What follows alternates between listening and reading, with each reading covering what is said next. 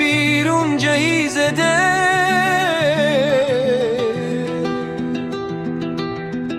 هنگام ساز و گرم پرسوز و آتشین،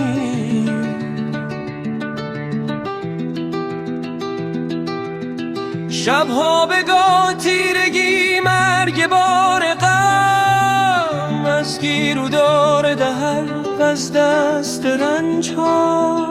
در پیچ و تاب موج سبسیر آه من، زی آسمان به سوز تمنا شدی بلند.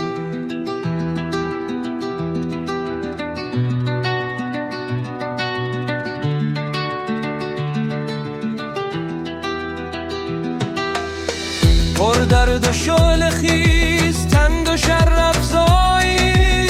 لیکن نسوخت پرده پندار گرمیات،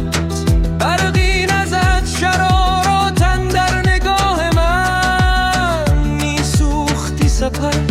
نی کاخ قدرتش، نی رخنه کردی به دل پاسبان او، تا چند و تا پدا و ترس گرفتار مهر و کین.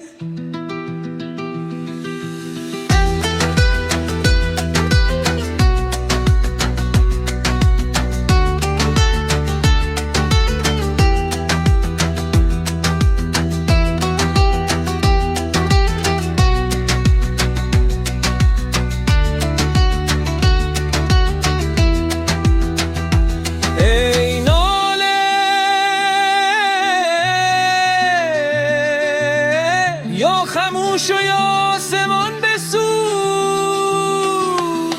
تا باز گردد آن سوی این پرده رام من، در آن بلند جای از قدسیانش،